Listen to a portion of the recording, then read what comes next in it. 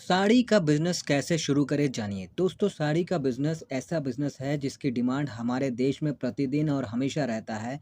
कोई त्योहार हो, शादी-विवाह हो, अनेक प्रकार के फंक्शन्स हों या कोई कार्यक्रमों की बात हो या फिर बाहर कहीं घूमने जाना हो, ऐसे में लड़कियाँ हों या फिर महिलाएँ सभी को रंग-बिरंगे फैंसी और चमकदार साड़ियाँ पहनना बहुत पसंद आता है।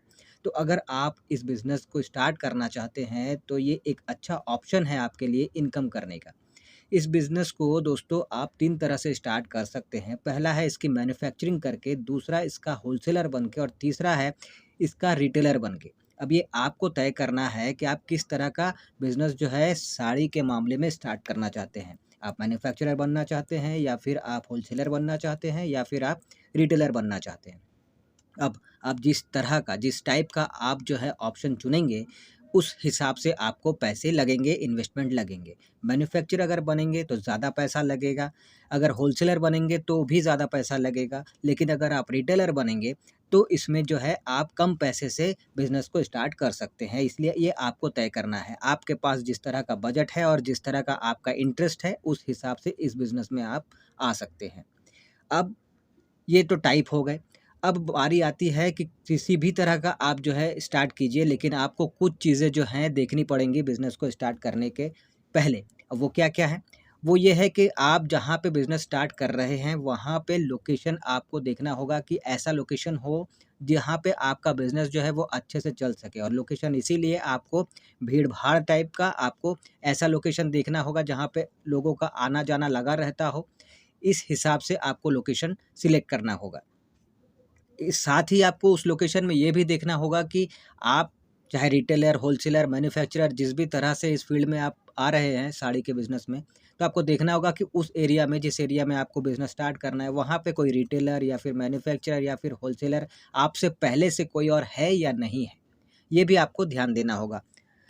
ये सारी चीज़ें जो हैं लोकेशन हो गए, लोकेशन के अंदर जो बिज़नेस आप स्टार्ट कर रहे हैं, उस बिज़नेस का आपका पहले से कोई वहाँ पे राइवल कह सकते हैं, प्रतिद्वंदी कह सकते हैं, जो पहले से वहाँ पे वो बिज़नेस कर रहा है, वो है या नहीं है, वो आपको देखना पड़ता है।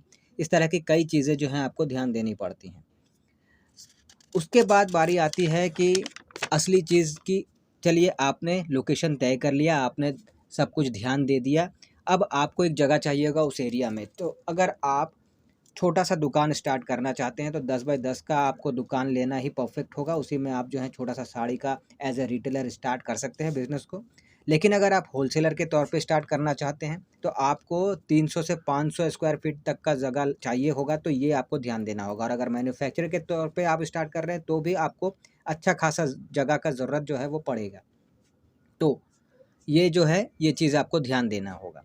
अब लोकेशन और उस लोकेशन पे किस तरह का बिज़नेस स्टार्ट कर रहे हैं और उसके हिसाब से किस तरह का आपको जगह चाहिए होगा, कितना जगह चाहिए होगा, ये भी आपको देखना है। ये आपने देख लिया, तय कर लिया। उसके बाद बारी आती है इन्वेस्टमेंट की। तो इन्वेस्टमेंट में आपका ऐसा है कि जिस तरह का आपका बजट होगा, उस हिसाब से आपको माल लाना पड़ेगा। अब जैसे कि अगर आप पहली चीज़ ये है कि अगर आप मैन्युफैक्चरर के तौर पे स्टार्ट करेंगे तो आपको पूरा का पूरा सेटअप लगाना पड़ेगा। मशीन्स वग़ैरह हैं, बिजली का और भी कई सारी चीज़ें हैं, फिर लेबर वग़ैरह बहुत सारी चीज़ें। इन चीज़ों को आपको पूरा का पूरा सेटअप करने में जितना खर्चा होगा, तो उसके हिसाब से आपको तय करना होगा। अगर आप होलसेलर के तौर पर स्टार्ट करना चाहते हैं, तो उसमें भी जो है आपको मतलब माल जो है वो ज़्यादा से ज़्यादा स्टॉक में रखना पड़ेगा और उस तरह-तरह के डिज़ाइन के, तरह-तरह के वैरायटी के, तरह-तरह के क्वालिटी के, तरह-तरह के रेट के। और साथ ही फिर आपको लेबर भी रखने होंगे, स्टाफ भी रखने होंगे, तो ये चीज़ें हैं। लेकिन अगर आप रिटेलर के तौर पे स्टार्ट कर रहे हैं, तो आपको बहुत ज़्यादा माल स्टॉक करने की ज़रूरत नहीं, कोई सेटअप करने की ज़रूरत नहीं। आप एक छोटा-सा दुकान लीजिए और वहाँ पे कम बजट में 50,000 तक के इन्वेस्टमेंट में आप जो है बिज़नेस को स्टार्ट कर सकते हैं या फिर इससे कम में भी आपका स्टार्ट हो जाएगा। तो ये आपको तय करना है कि आपको किस तरह का बजट खर्चा करना है, अपने बिज़नेस को किस तरह का, किस टाइप का बिज़नेस आपको साड़ी के मामले में स्टार्ट करना है। इन्वेस्टमेंट जैसा मैंने बताया, फिर से बता देता हूँ कि इन्वेस्टमेंट अगर मोटा-मोटी समझने के लिए देखें, तो अगर छोटे लेवल पे रिटेलर के तौर पे स्टार्ट कर रहे हैं, तो आपको 50,000 तक के अंदर स्टार्ट हो सकता है। अगर उसी बिज़नेस को रिटेलर के तौर पे बड़े लेवल पे स्टार्ट करना चाहते हैं, तो 2 लाख, 3 लाख, 4 लाख के अंदर स्टार्ट हो सकता है। लेकिन अगर आप होलसेलर के तौर पे स्टार्ट करना चाहते हैं तो इसमें भी आपको जो है अच्छा खासा अमाउंट लगेगा।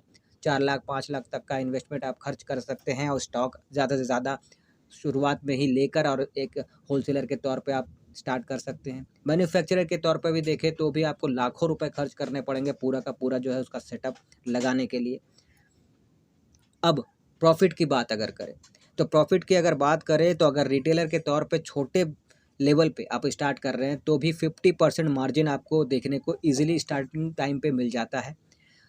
एक समझने के लिए अगर बात करें तो देखिए इसमें अच्छा खासा जो है आपको महीने के स्टार्टिंग टाइम में छोटा-सा लेवल आपने स्टार्ट किया है साड़ी का, उसमें भी आपको 15 से 20 हज़ार एकदम कम बता रहा हूँ, 15 से 20 हज़ार स्टार्टिंग टाइम में भी आपको देखने को मिल जाता है। फिर धीरे-धीरे आपका सेल बढ़ेगा, आपका इनकम बढ़ेगा। और यही चीज़ अगर आप बड़े लेवल पे स्टार्ट कर रहे हैं, किसी मेन मार्केट पे स्टार्ट कर रहे हैं, तो आपको स्टार्टिंग से ही 1 लाख से 3 लाख तक का इनकम देखने को मिल जाता है। तो इस तरह से जो है इसका प्रॉफ़िट जो है वो बहुत ही अच्छा खासा देखने को मिलता है। कपड़े का कोई भी बिज़नेस आप कीजिए, उसमें आपको बहुत ही अच्छा खासा प्रॉफ़िट देखने को मिलता है।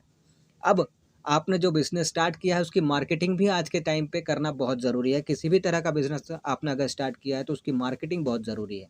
तो उसकी मार्केटिंग करने के लिए आपको 2 तरह का जो है तरीका आज़माना पड़ेगा। एक सोशल मीडिया के ज़रिए, ऑनलाइन के ज़रिए, फ़ेसबुक, इंस्टाग्राम, व्हाट्सएप इन सब के ज़रिए, और दूसरा है ऑफ़लाइन जैसे कि पैम्पलेट बँटवाना, पोस्टर लगवाना, पेपर में ऐड देना, इस तरह की चीज़ों के आपको हेल्प लगेंगे अपने बिज़नेस को प्रमोट करने के लिए। तो ये भी बहुत ज़रूरी हो जाता है मार्केटिंग करना, ताकि ज़्यादा से ज़्यादा लोगों तक आपका बिज़नेस जो है वो पहुँच सके और आने वाले समय में आपका सेल जो है वो ज़्यादा से ज़्यादा हो सके और आपको अच्छा इनकम देखने को मिल सके। अभी एक चीज़ और बता दूँ कि बहुत लोगों के पास जो है बहुत ज़्यादा पैसा, उतना बजट होता नहीं है, तो अगर वो लोग लोन लेकर बिज़नेस स्टार्ट करना चाहते हैं, तो वो भी अब बहुत अच्छे से कर सकते हैं। आपको करना कुछ नहीं होता है, आपको कोई भी एक बैंक सेलेक्ट करना है, वहाँ पे जाके पूरा प्रोसेस जानना होता है। फिर आपको प्रोजेक्ट फ़ाइल बनाकर उस बैंक में जमा करना होता है और उस हिसाब से वो लोग आपका लोन जो है पास करते हैं।